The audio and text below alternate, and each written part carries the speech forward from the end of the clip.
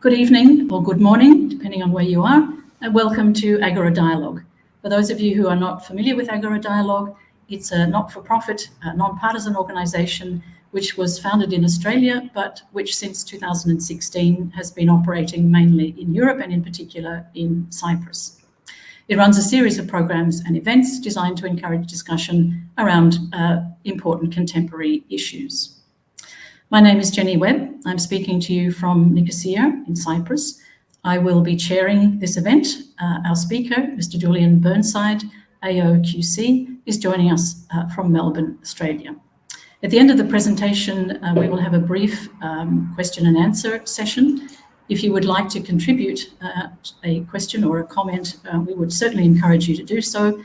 You can do so by using the comment button on either YouTube or Facebook. This is Julian's third presentation for Agora Dialogue. He's been extremely generous with his time and expertise. If you missed the two previous presentations, you can watch them on YouTube, and again, I would encourage you to do so. On this occasion, he will discuss culture and the arts with particular reference to Australia in a presentation entitled From an Ivory Tower?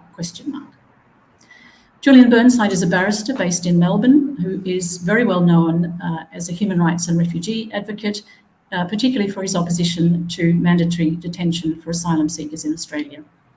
He's also a published author who has written on a wide range of topics, including climate change, language, the arts, ethics, human rights, law and justice, and he has a great love for the arts.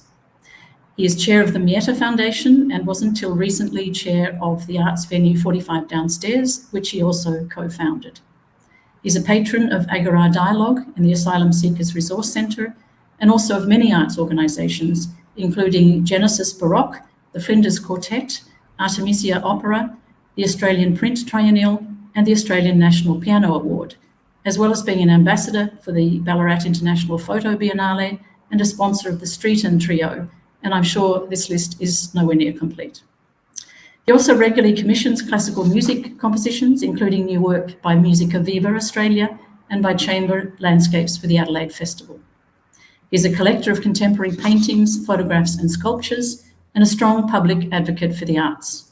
He's argued on several occasions that if the health of a society is to be judged by the condition of its artists, Australian society has some major problems, and that one solution to these problems lies in a greater involvement of individuals as private patrons of artists and arts organisations.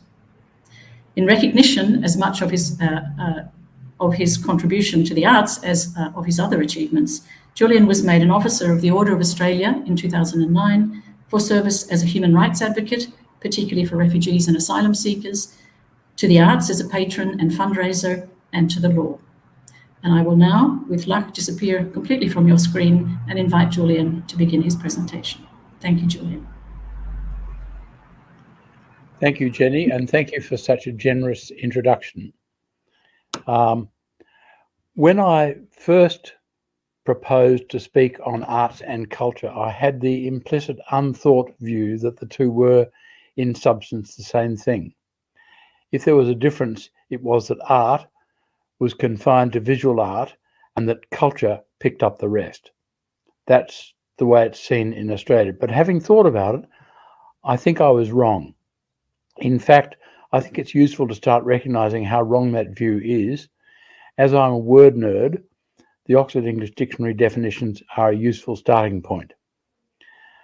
The dictionary defines art as 5. This is the 5th definition in its collection: the application of skill to subjects of taste as poetry, music, dancing, drama, oratory, literary composition and the like, especially in modern use, skill displaying itself in perfection of workmanship, perfection of execution as an object in itself.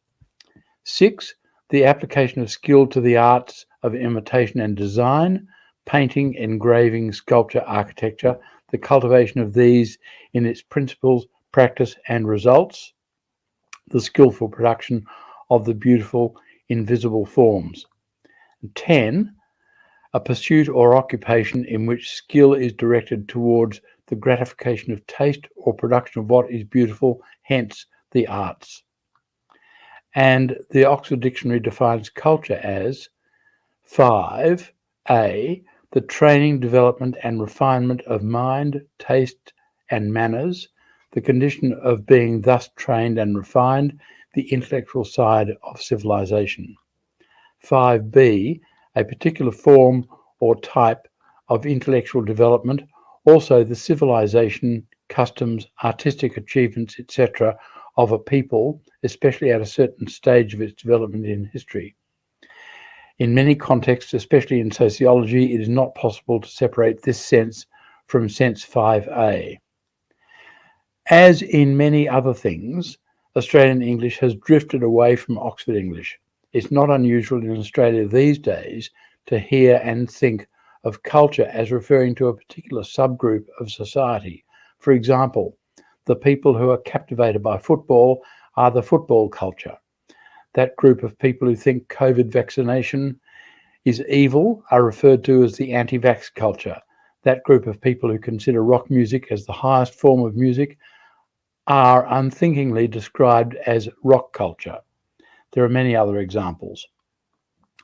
The cultural norm acceptable in society, it serves as a guideline for behaviour, dress, language and demeanour in a situation, which serves as a template for expectations in a social group. Accepting only a monoculture in a social group can bear risks, just as a single species can wither in the face of environmental change for lack of functional response to the change. Thus, in military culture, valour is considered a typical behaviour for an individual, and duty, honour and loyalty to the social group are regarded as virtues.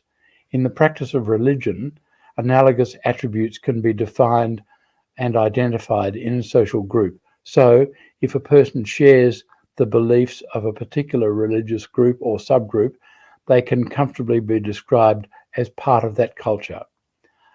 After all, culture, like art, is created by people and evolves due to human activities and is passed on to succeeding generations. The impact of cultural influence is both tangible and intangible. People's basic attitudes and values are a direct result of their cultural environment. In short, my initial view was wrong. That said, when I refer to the arts, I intend a reference to all forms of arts, a bit like the OED, visual arts, music, poetry, and so on.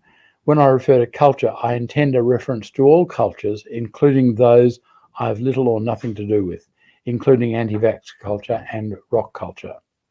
But in assessing the arts and culture, we have to be careful to recognise our own place from which we're judging. The fact that I do not see myself as part of rock culture inevitably means that my approach to the arts is inherently limited. Who knows, future ages may see rock music as the peak episode in the development of music generally. And that assumes that we survive into future ages. There is a subgroup big enough to be described as a culture which denies that climate change is happening and therefore doesn't see the risk that the human race will perish. That view was loudly expressed at the recent COP26 summit in Glasgow. The arts, in my opinion, are profoundly important. The playwright Tom Stoppard once said, "In any society of 1,000 people, there'll be 900 doing the work, 90 doing well, 9 doing good, and 1 lucky person is an artist." In recent memory, the artist has been, for the most part, a highly romantic and much admired character. It's likely that current attitudes to art trace their origins to the German philosopher Immanuel Kant and to the French Revolution, which began when Kant was 65 years old. Kant was the first philosopher since the time of Socrates to emphasize the importance of subjective response as part of the process of perceiving the external world. In this, he turned his back on the French rationalists and significantly qualified the views of the British empiricists. The French Revolution was a wildfire which swept across continents and generations. It changed forever the relations between state and citizen. It redefined the nature of individual identity. It marked the beginning of a romantic era, and it marks the birth of the artist as artist with a capital A. At least until the French Revolution, those skilled in painting, sculpture, music, or literature were valued for abilities very different from those we now admire. The musician's function was to entertain the rich or glorify God or tell the stories of a pre-literate society. The painter's function was to provide decorative objects for the rich or powerful, to record and embellish stories, historical or moral. Technical skill was the principal virtue. Self-expression was not part of the transaction. After the French Revolution, all that changed. It made possible the personal and subjective overlays seen in the paintings of Goya, David, and Géricault, for example. And while, during the 19th century, French society retreated from the beachhead established by the French Revolution, the shift of emphasis from artisan to artist pushed ahead. Only in a post-revolutionary world could tortured geniuses like Byron and Shelley, Beethoven and Schubert, Van Gogh and Cézanne find a place.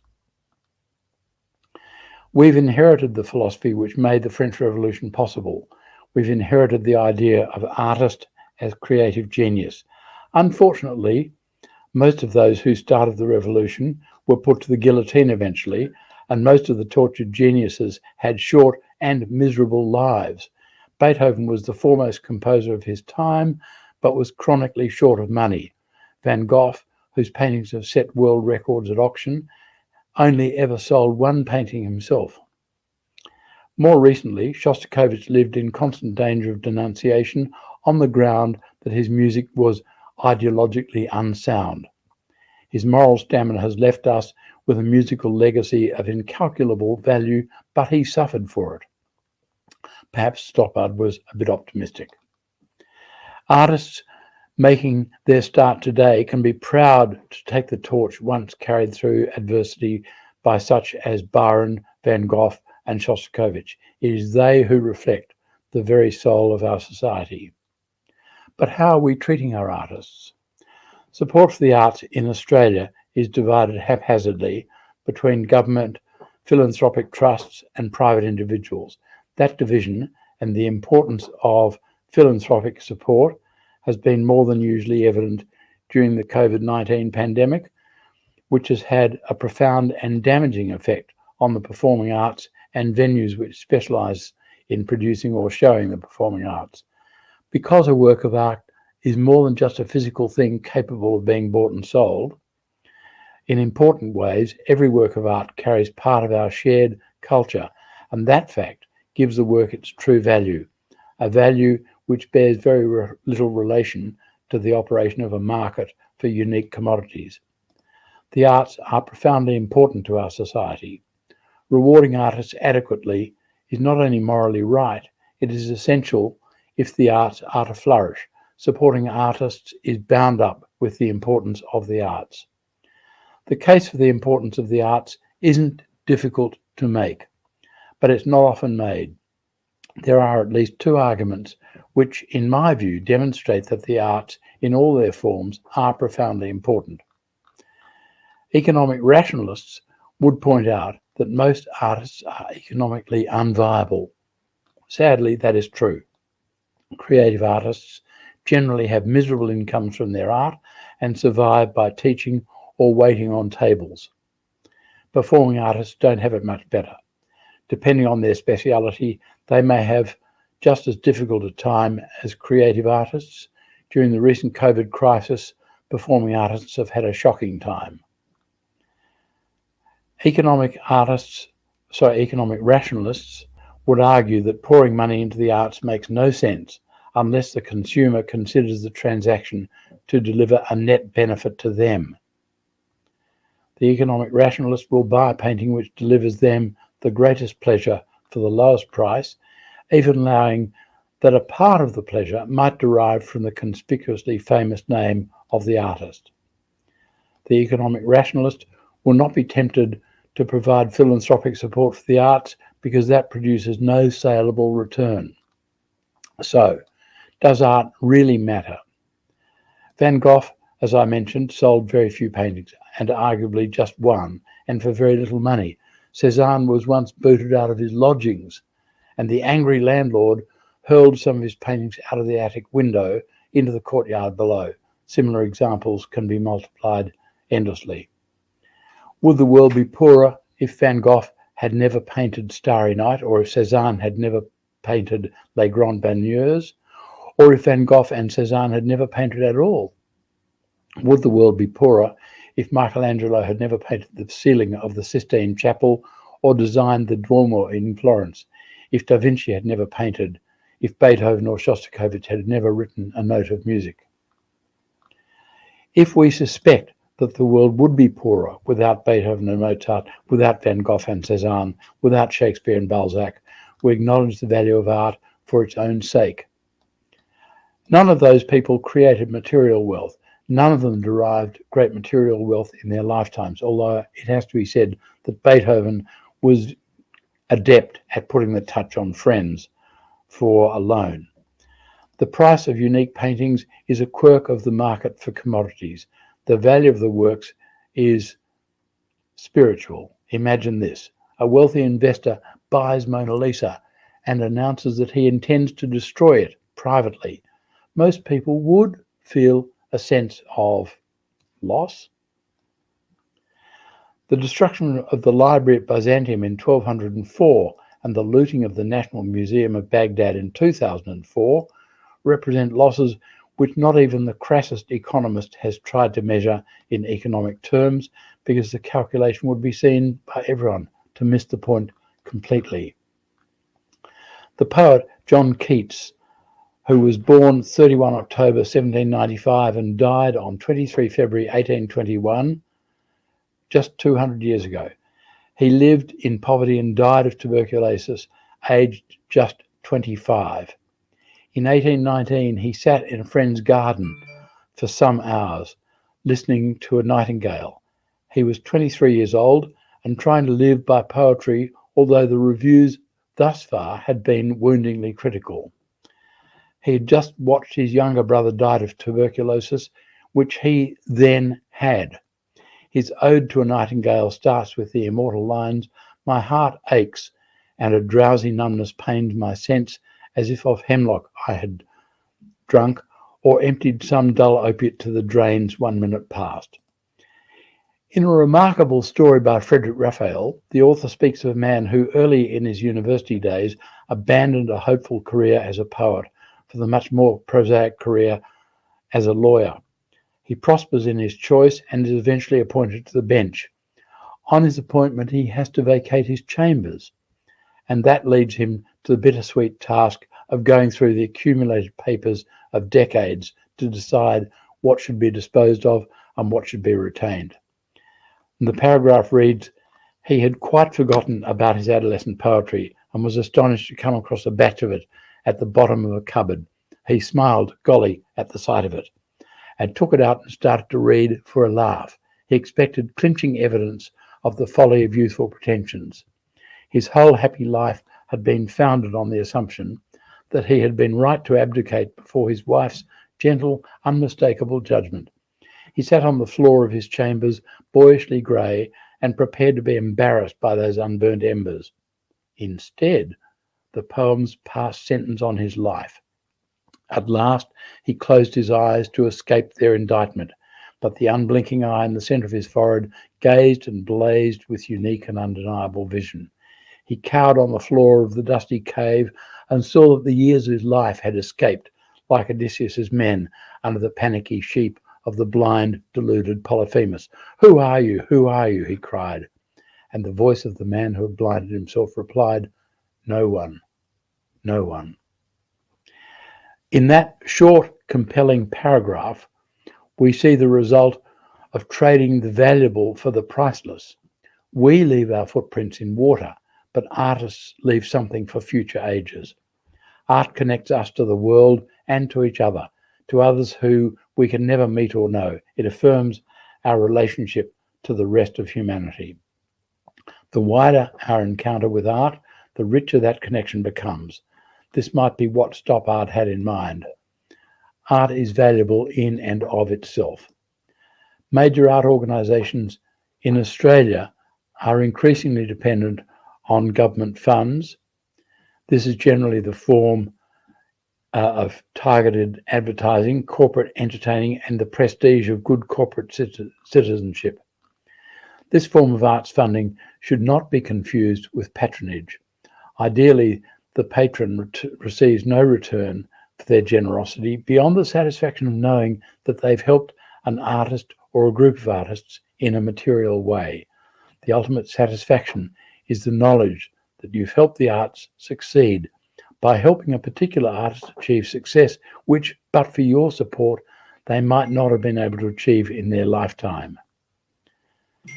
The second argument is a reflection of the first. Take a group of people of fair intelligence and average education and give them a list of names from each of the past couple of centuries. See which names they recognise. Although this is only a thought experiment, I guarantee you that overwhelmingly the names most people recognise are those of writers, composers, painters and sculptors. One or two tyrants perhaps, a couple of scientists and explorers as well, and a few, very few, politicians and sports people. No lawyers or economists or accountants.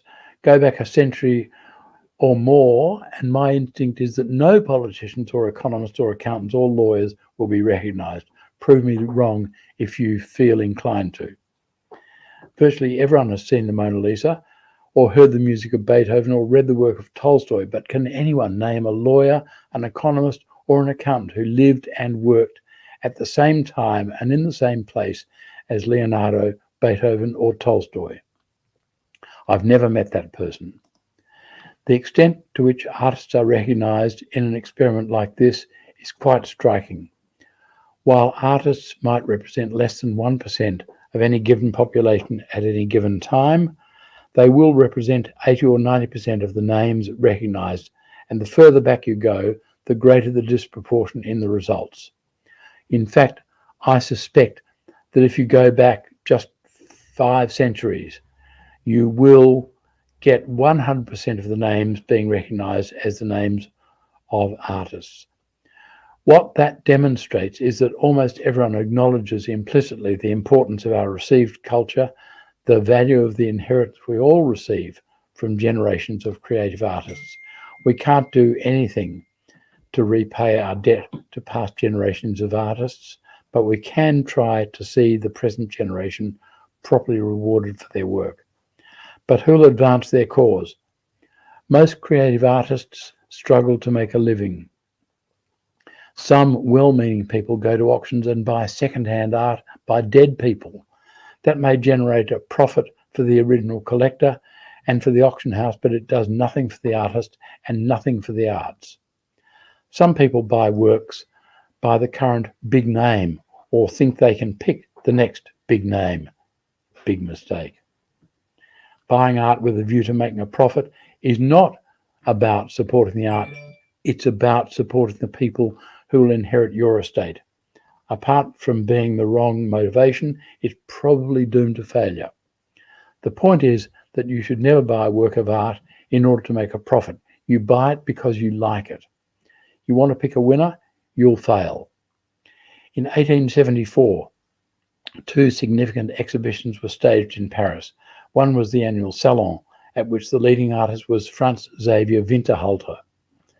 He's not widely remembered today except for a full-length portrait of the young Queen Victoria painted in about 1842. It's a good portrait in the style of its time, but otherwise, if you mention his name, most people won't remember him. In the same year, the second exhibition at the Salon des Refugiés was held. One rather snippy commentator called Edmond Leroy went to the Refugee and wrote an unflattering review. He gave the artists a derogatory name. He drew it from a painting in the show Impression, Sunrise by Monet. As a sneer, he called the artists in the show Impressionists. Of course, the smart money of the day was rushing off to the Salon and buying Winterhalter and joined the chorus of abuse of the Impressionists. Presumably, their descendants did not thank them for their choice. Support the artists whose work you like. Consider the case of J.S. Bach. He died in 1750. By the early 19th century, his reputation had sunk. He was regarded as a hack.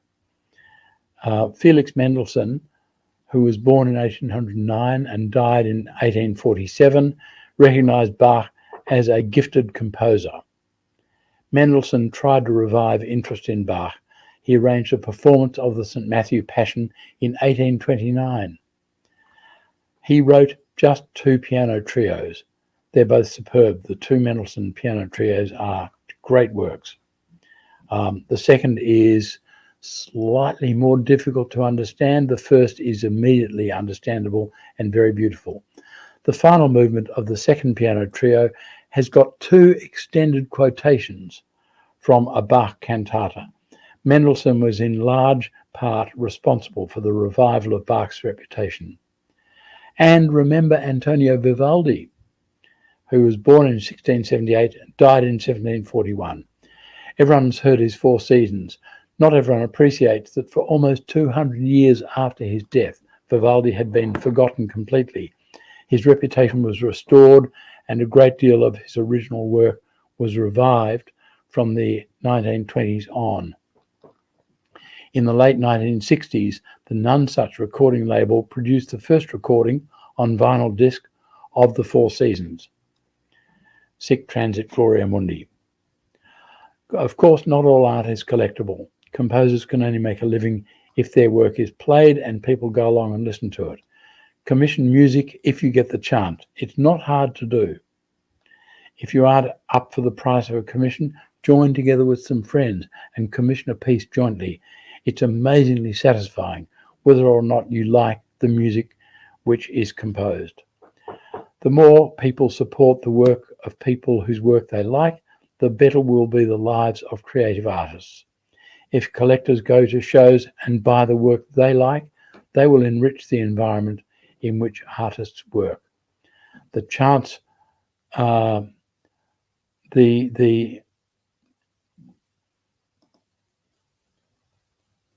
the chance that they will improve the environment in which artists work will enhance the possibility that artists who are genuinely great will have a realistic chance of survival as artists. If music lovers go to hear the music of contemporary composers and commission work by composers whose music they like, the environment in which creative artists live will be friendlier, less hostile. The need for patronage of the arts in Australia is clear. Most Australian artists, by which I mean creative and performing artists in all categories of the arts, occupy the lowest income group in Australia. All but the very established and most successful artists in Australia earn very little. They survive by teaching or washing dishes or by helping friends or relatives, and you can change that. If the health of a society is to be judged by the condition of its artists, Australian society has got some major problems. The reason for that is that existing forms of support for the arts in Australia are not adequate. In saying that, I would exclude the state of Victoria, where I live, which, especially during the COVID pandemic, has done great things to support the arts. Apart from Victoria, additional government funding is a pious hope. There are not many votes in the arts. Corporate sponsorship is increasingly drifting to popular art forms or away from the arts altogether in favour of sport, because sport allows more bangs for the sponsorship buck. Private support for the arts is, to say the least, an underdeveloped idea in Australia. There are some notable exceptions, but we have no cultural tradition of private philanthropy in the arts. This is probably the function of 3 things.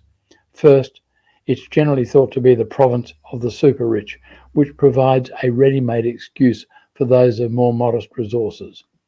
Second, it has an air of elitism about it, which is thought to be un-Australian.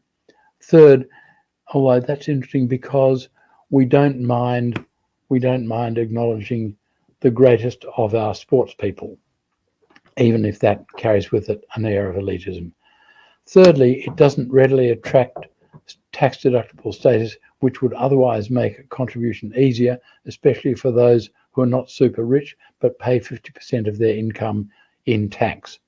The solution, I think, is to encourage private philanthropy among those who are comfortable rather than rich. As much good can be achieved by a large number donating a modest amount as by an exclusive few donating large amounts. More immediately, we should all recognise that living, working artists need sales. Admiration of their work is good, but the sincerest form of admiration is buying their work. But why? Why support the arts? As I said before, most Australian artists occupy the lowest income group in Australia. All but the very established and most successful artists in Australia earn very little each year. They survive by teaching or by the help of friends or relatives. As I mentioned before, most of us, lawyers, economists, accountants, leave our footprints in the water. Artists leave something that later ages can appreciate.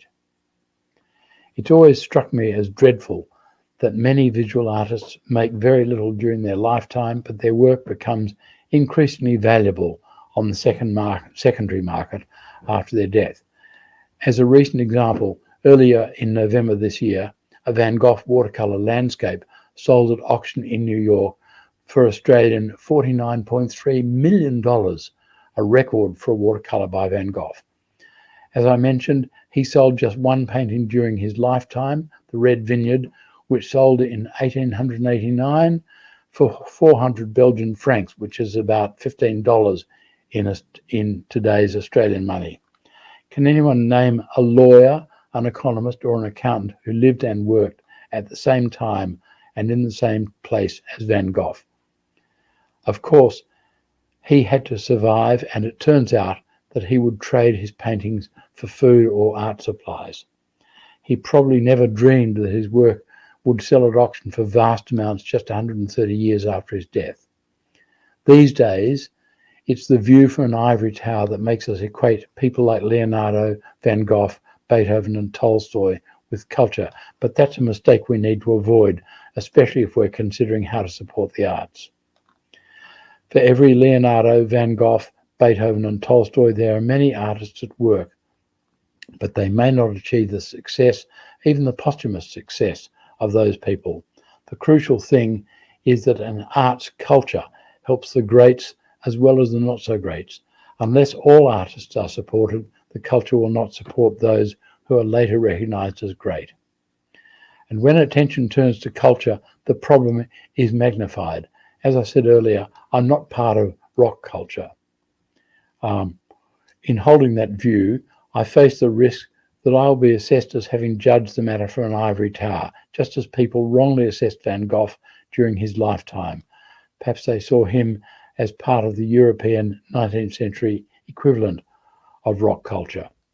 Some cultures in today's assessment concern matters of fact, whether climate change is real, whether COVID-19 is real, whether vaccination works to diminish the risk of COVID-19, and so on. Some cultures in today's assessment concern matters of opinion about the future. Who are the great artists? What is great music? And so on. For the first group, I think the only way to assess the matter is by looking at the facts and assessing them in accordance with what is known. So far as climate change is concerned, the facts are pretty clear in my opinion. The underlying science that carbon-based molecules in the atmosphere block the escape of infrared heat is clear and has been known since an American scientist, Eunice Foote, published a paper on the subject in 1856, about 170 years ago. Incidentally, Foote was born in 1819, before Van Gogh was born, and died in 1888, the year before he sold The Red Vineyard. She's not as well known as he is, perhaps because she was not only a scientist, she was also a women's rights campaigner. The impact of climate change is a matter of science, and the culture which opposes it should be assessed by reference to science. The culture which challenges whether COVID-19 is real and whether vaccination works to diminish the risk of COVID-19 is also a matter of science and should be assessed according to the current science. Of course, the science relevant to coronavirus has shifted and will probably continue to shift, but the vaccines which have been produced to combat it have been tested rigorously, and on any view, they apparently do no harm, and they dramatically reduce the risk associated with coronavirus. Right or wrong, I think the culture which denies the science are simply wrong. Other cultures are a reflection of aesthetic assessment. Rock culture is a perfect example. In our assessment of these, it's useful to remember the assessment in their time of Van Gogh and Cézanne. It's important to recognise that we are judging the arts from an ivory tower. Thank you.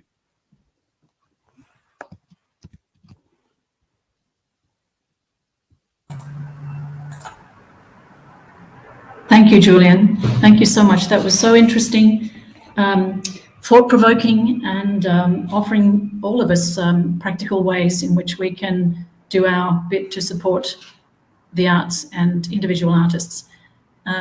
So now we have some time for discussion, and I can't see any comments or questions that have come in yet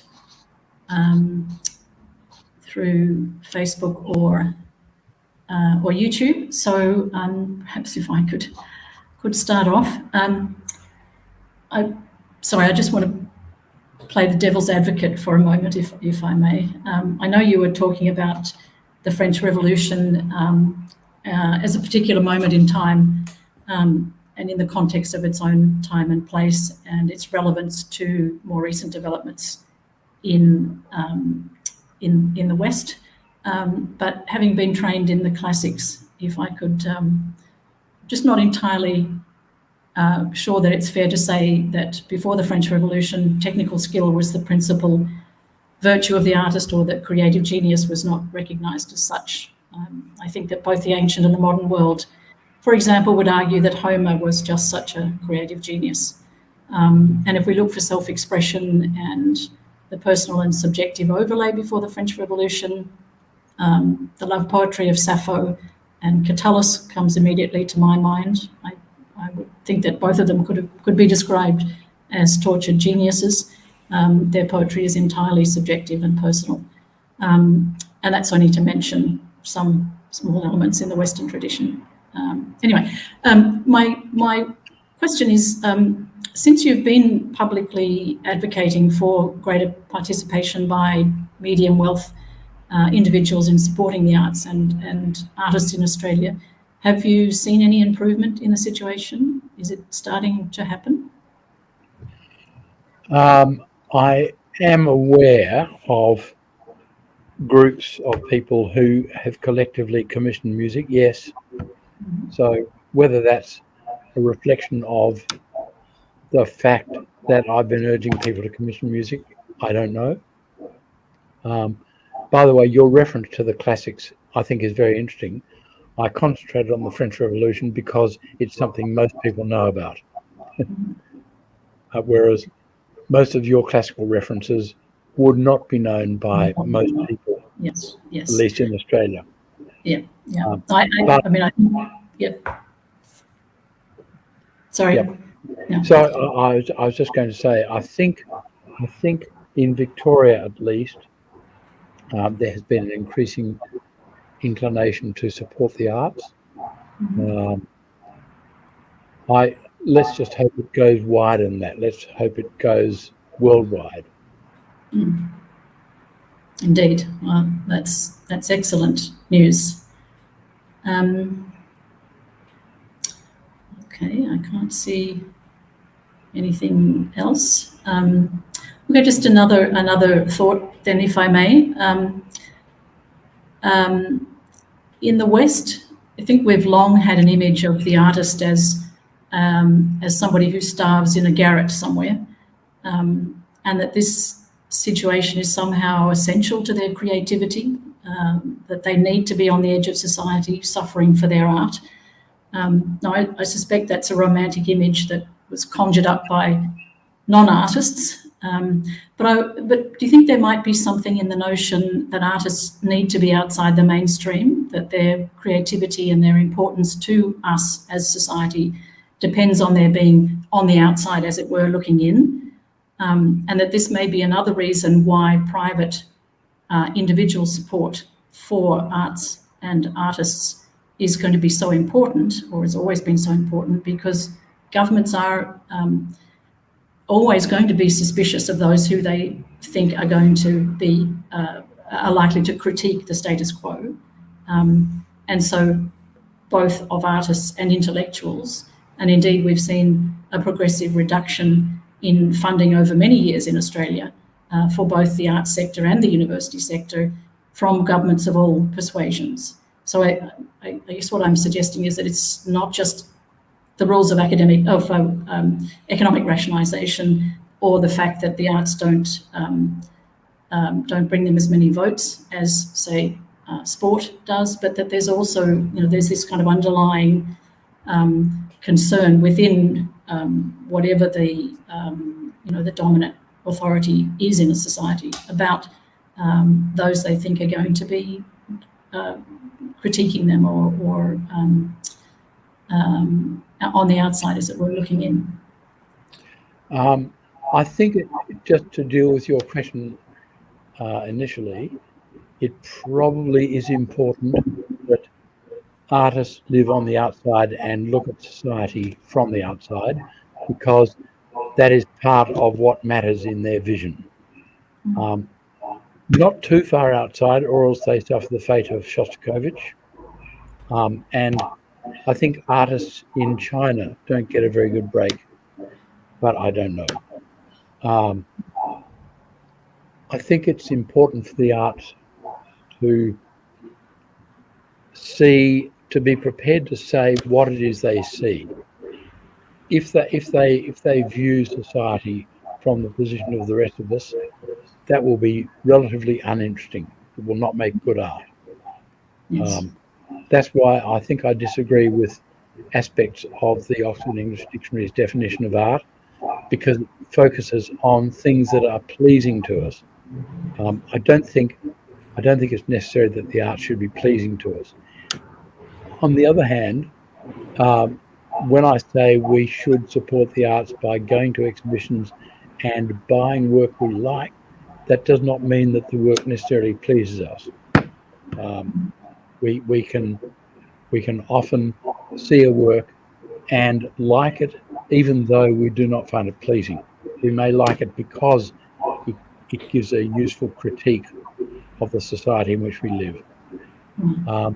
I can understand the attitude of governments who are less inclined to put taxpayer money into endeavours where the government itself may be the subject of criticism, but they need to remember it's taxpayers' money they're putting into it. And if artists have got legitimate criticism, then I don't see why they should be prevented from expressing it. Right. Okay. I don't see anything coming in from outside. That's okay. I think we can probably all do what artists would do. Go off and have a glass of wine.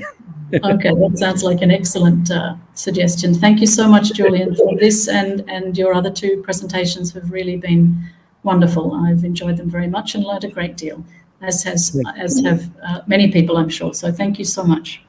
Thanks, Jenny.